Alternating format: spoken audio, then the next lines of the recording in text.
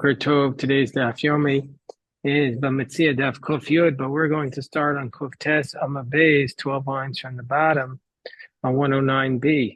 Today's Daf Yomi is dedicated for a Shemir for Am Yisrael, a Tzala for the Shmuyim, and a Yeshua for the Chayalim. So the Gemara, in the bottom of 112 on 109b, it says the following scenario: Ahu Gabra Damashkin Pardisa L'Chavri. So there was a person who basically lent money to his friend. And this was what's called a mashkanta de surah, a collateral that they used to do in surah. Basically, Reuven would lend Shimon, let's say, $1 million. Shimon would have a piece of property, and he'd allow him, in exchange for the loan, he'd allow him to use his property. And each year he'd deduct a certain amount from the loan. So who gaver the mashkan pardisel chaver le'eser shanim. Says, okay, you can use my property for 10 years, and I'll pay off the loan. Vikash l'chamesh shanim, and 5 years into it, one of the grapevines died, and so therefore he no longer was able to use the grapevine, that grapevine as part of the deduction of his loan. So, but how do we view the wood of that grapevine?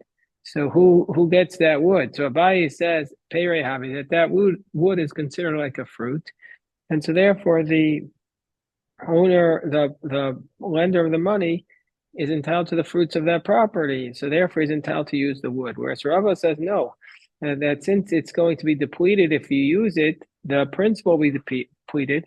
We're going to view that wood as the karnahavi, as the principal.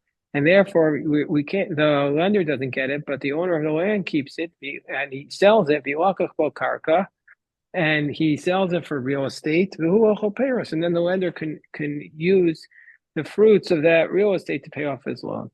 So the Gemara says, Meisvei, let's challenge Abaye's explanation, because it says, Yave Sha'ilan O Niktat, let's say a tree dried up or was cut down. Then, in the case of a borrower and a lender using Mashkanta Desura, so under those circumstances, if the tree dries up or is cut down, Shnei Masur, neither one can use it, because we don't know who would have the right to use it. So therefore, what do? So what you should do then under those circumstances is what we do is we sell it and we purchase real estate with it, exactly like Rava said, and then the lender eats the fruits. So it seems to prove like Rava and not like Abaya. My lab, are we talking about a case of Yavesh Dumya de Niktzat? Are we talking about a case where the tree dried up, similar to the tree getting cut down? Just like it was appropriate because you cut down the tree because it was no longer producing fruit. Also, the dried up tree was basically dead because it wasn't producing fruit. And still we say and we're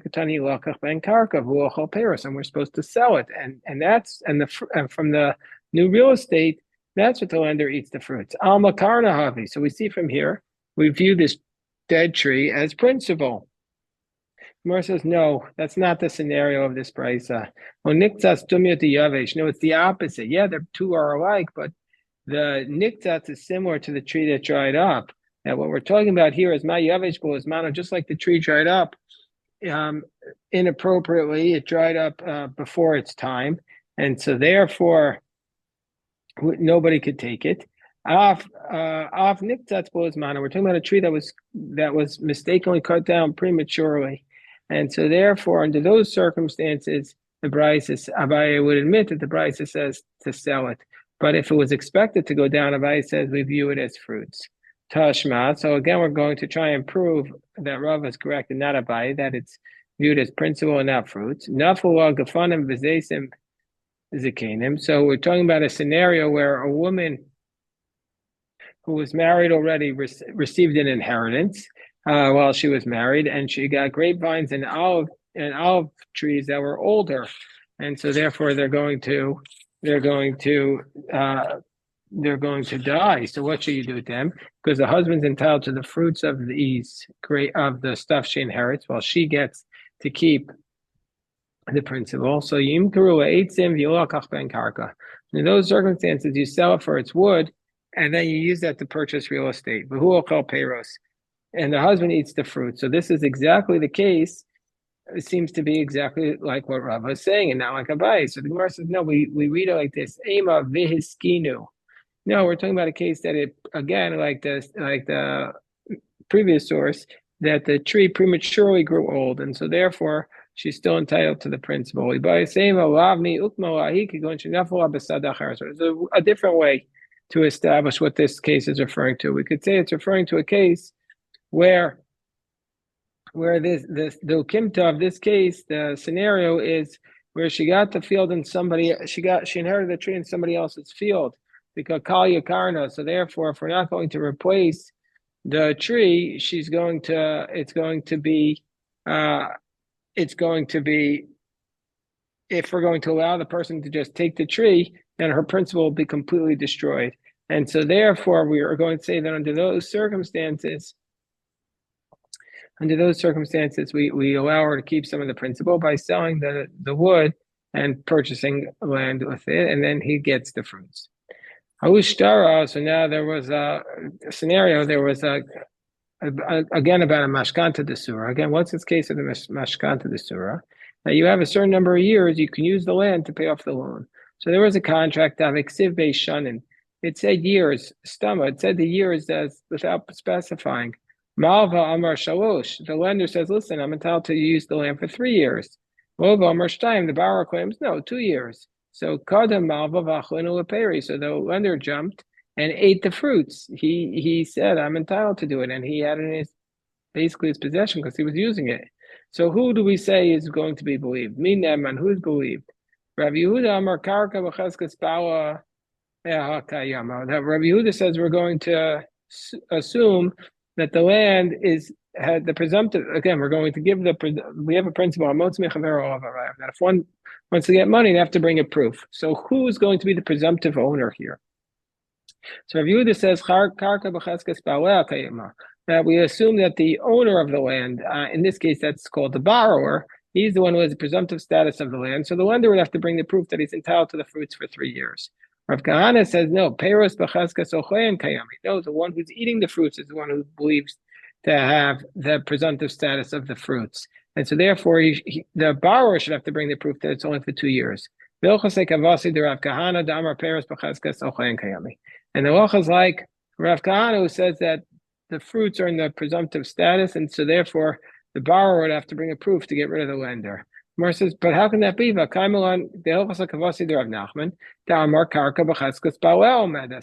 we have a principle like Rav Nachman who said, don't we poskin like Rav Nachman who says that the land is in the presumptive status of its owner and not like the one who's eating the fruits? Mar says, no. When Rav Nachman gave that ruling, that's where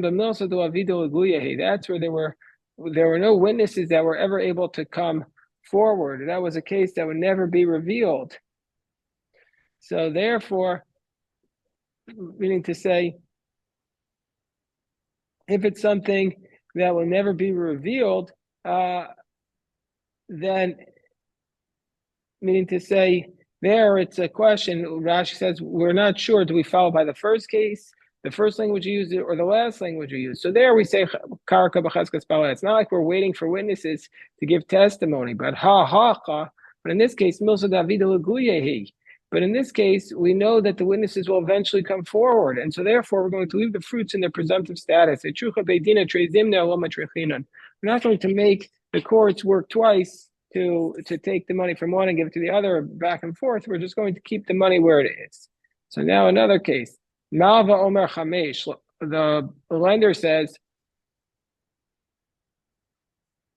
I have the rights to use this land for 5 years. Whereas the Lova says, Shalosh, she says, the borrower says, I only have the right to use it for 3 years.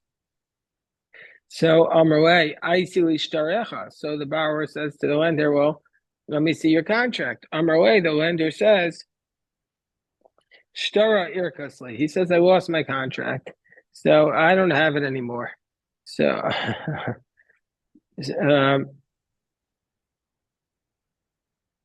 so he says, I don't have the contract anymore. Amar Rav Yehuda, Malva Neman. We're going to believe the lender he doesn't have his contract anymore. Why? Migu. He has a Migu. Migu is I could have said a better lie. The lender could have said a better lie. Since he had it already for 3 years, he could have claimed Amar L'Kuchi Biyadi. He could have said, I bought it, because after 3 years, you have a presumptive status that's yours. So he didn't need to say it was borrowed, or he was just using it. He could have claimed it's completely his. So therefore, we believe him when he says he has the right to use it for 5 years.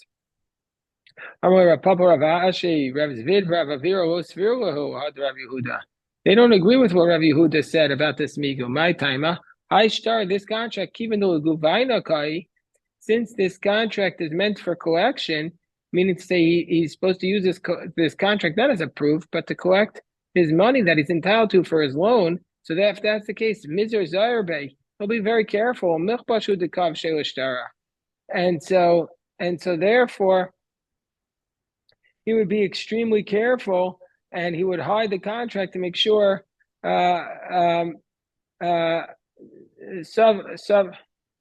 so basically, in that case, he would basically guard the contract. So this proves that he's a liar, because Mizar Zarbe, be very careful. And so therefore, so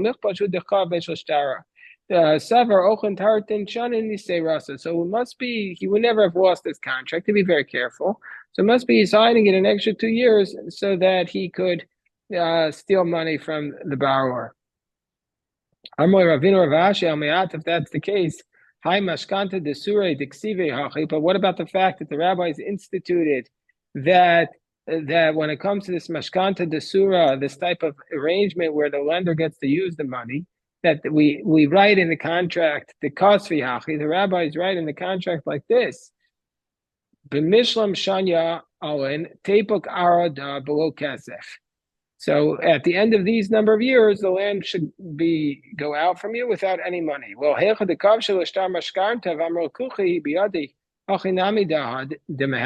case where he's basically hiding the contract and he said, I really purchased it, would we really believe him under those circumstances? In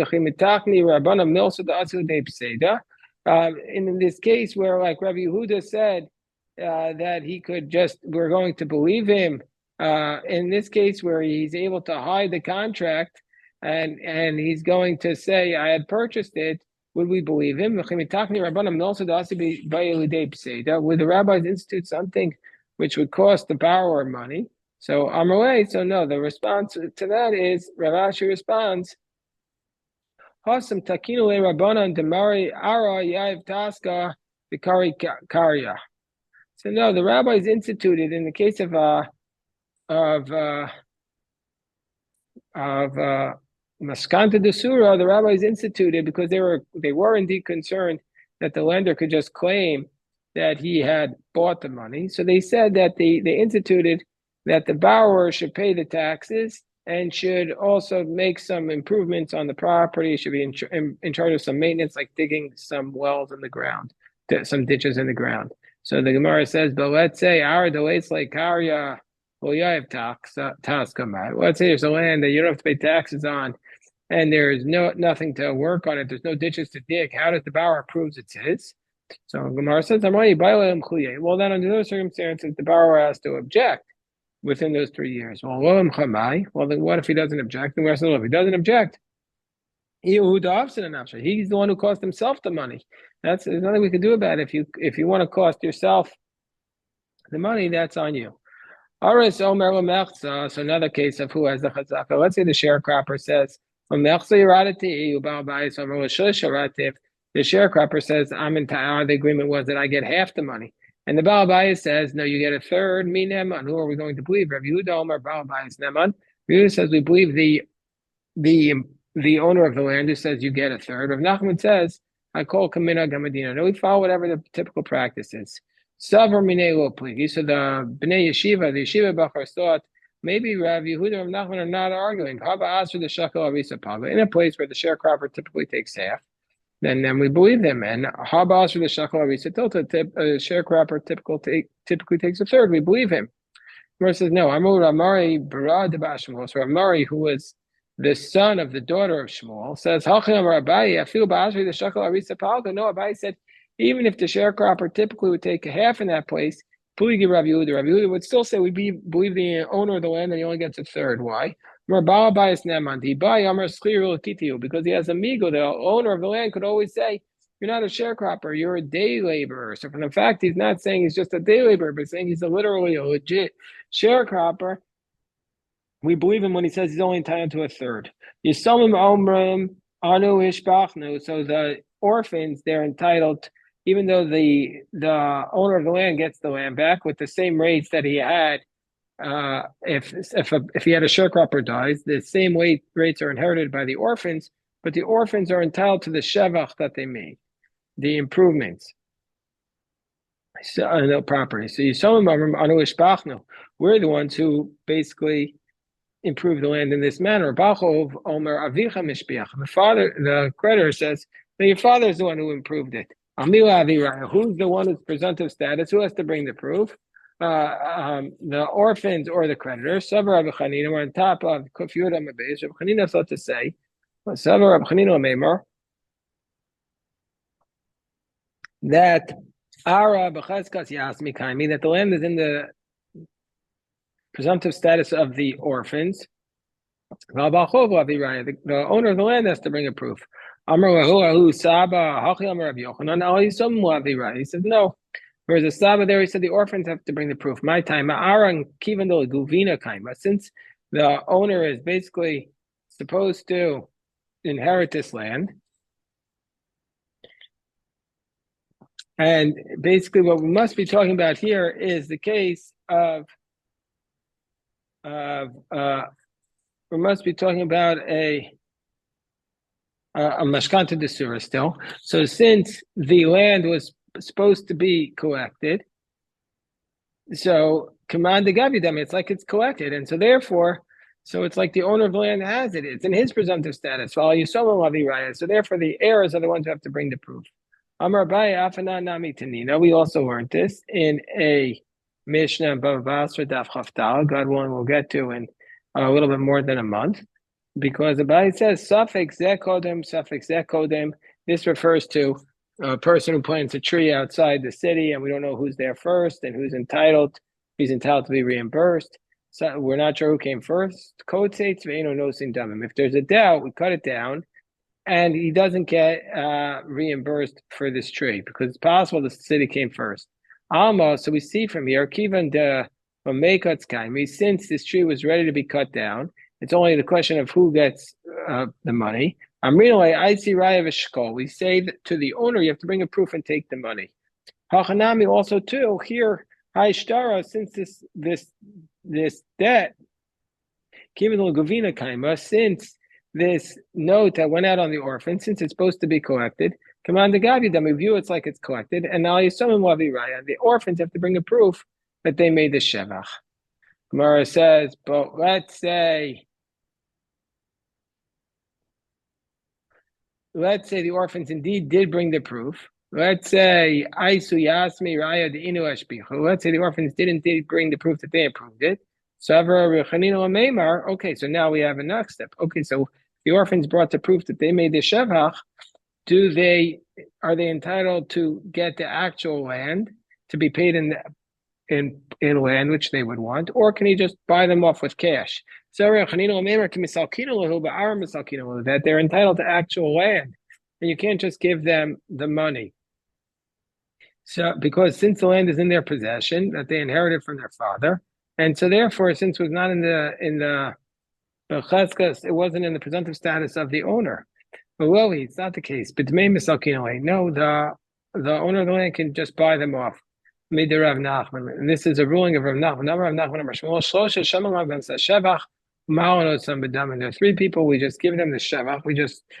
We pay them for their improvements, but we could pay them off in cash. Or three people, Bechor, a firstborn who inherits something with his brother, but the firstborn gets a double portion, but only in the actual property, not in the next stage that fell to him, that would eventually fall. So Bechor Pasha, so the firstborn brother vis-a-vis the other brother, with both of them improved the property, and so since it came after the actual death, and they're only entitled to he's only entitled to the double portion in the karka, not in the shevach, and so therefore he has to give his brother that share, but he can pay him off in cash. The brother doesn't have entitlement to the property. And let's say there's a creditor who comes to collect the money from the estate of the woman, and the orphans improve the property after the death of their father. He could pay to the Yisomim. He pay to the orphans with cash and not with the real estate. And the third stage is a creditor to purchasers, meaning, say, if a creditor comes to collect his property that the borrower sold after the loan, when the purchasers give it back to the creditor, he has to pay, presumably at this point, the creditor for the improvements. He can pay him off with cash, he doesn't have to give him the property.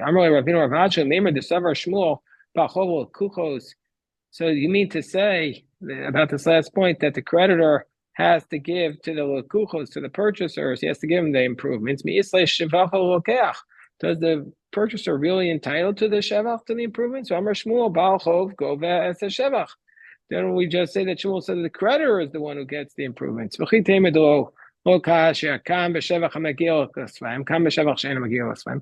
to say, well, it's not difficult. It depends what type of improvements. If it's improvements that reach the shoulder, it's basically ready to be cut down. Well, then under those circumstances, the creditor is not able to collect them because they're ready to be cut down. It's not part of the property anymore. Whereas if it doesn't reach the shoulders, then the creditor gets it. It can't be that that's a distinction. Because they're every day every day Shmuel allows them to collect, even the creditors to collect even from the improvements that reach the shoulders. So the Gemara says, what depends how much money he's entitled to. If the creditor is entitled to the value with the shevach, then he could obviously seize it. If he's not entitled with the value with the shevach, then he can't take it. So the Gemara says, well, if he's not entitled to Ara v'shivcha, if he's not entitled to the land with its shevach, well, you mean to say when the creditor is not entitled to the value of the property and the shevach together, does Shmuel say that he could just give him money and buy him off? This makes sense according to the one says that even if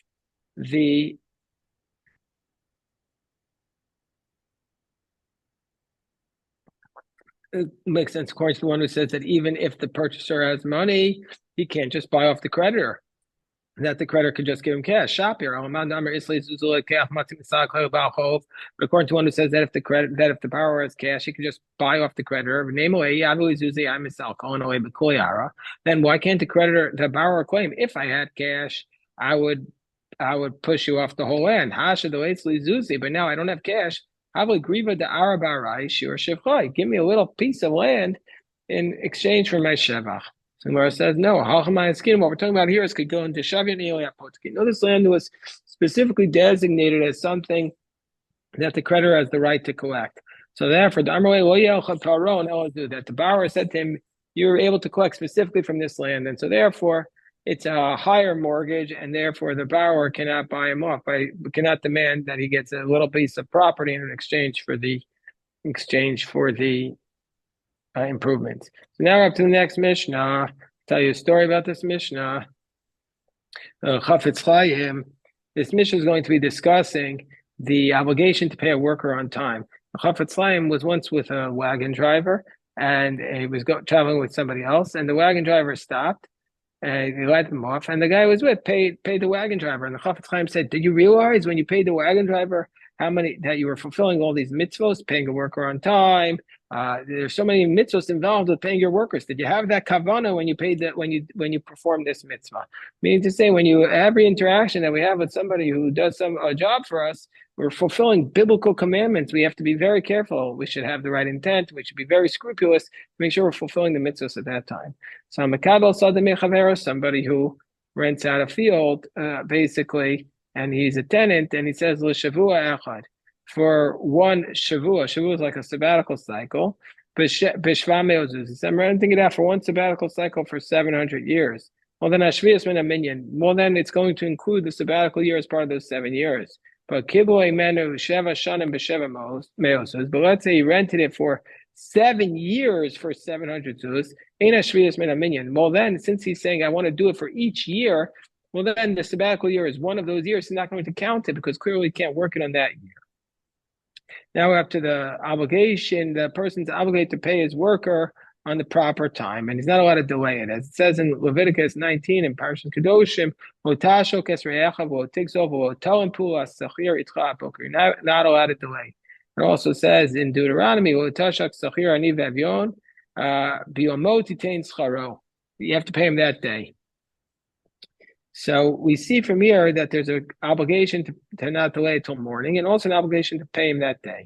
How do we do that? Sachir yom gova kol laila. The person who's the day laborer, you have all night to pay him. Sachir laila, if he was a night laborer, gova kol yom, you have all day to pay him.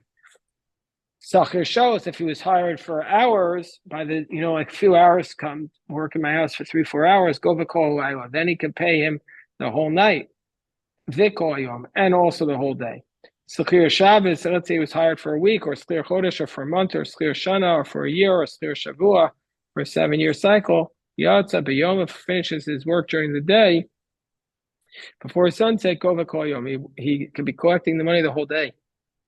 Yatsa B'layla, Gova Kol Layla V'Kol Yom. It finishes at night. Can get paid at night and also the whole day. So the Gemara says, Taner Rabbanan, Minayla Schlir Yom, Shegova. How do we know that a day laborer gets paid the whole night? It says the verse, can't delay it until the morning. You have the whole night to pay him. How do we know that a night laborer gets paid the whole day? Because it says payment during the day. So the night laborer has all day and the day laborer has all night. Maybe the day laborer has only till the end of the day, or maybe the night laborer has only till the morning. Maybe it's the opposite of what we said. So the Gemara says, no, it can't be. Because a worker is only paid at the end of his job. Taner Rabbanan, so therefore it's obviously the case that you have till the end to pay. So you have the night, if he finishes and the night worker finishes at the end of the night, then you have till the morning, you have all day to pay him. Taner Rabbanan, the fact that it says you're not allowed to leave the worker over with you, wouldn't I know that you have to pay, that you have till morning to pay him? Maltam Omer Boker, Ad Boker. What does it say until the morning? You're in violation only the first morning. After the first morning when you didn't pay him, what are you in violation of? Amarav over Mishum Baal Tasha. Well, then you're in violation of do not delay. Remember of Yosef Mikra. What's the verse? The verse is Al Tomer Lo Re'acha Lech V'Shuv V'Macharatein V'Yeshitach. It's a verse from Proverbs says, don't say to your friend, go out and come back, and tomorrow I'll give to you. Do not say that, because that's going to be a violation of the prohibition of Baal Tashav. Do not delay. You see, we have to pay those who do a job for us. We have to pay them in the proper time. Okay, if anybody has any questions, happy to address.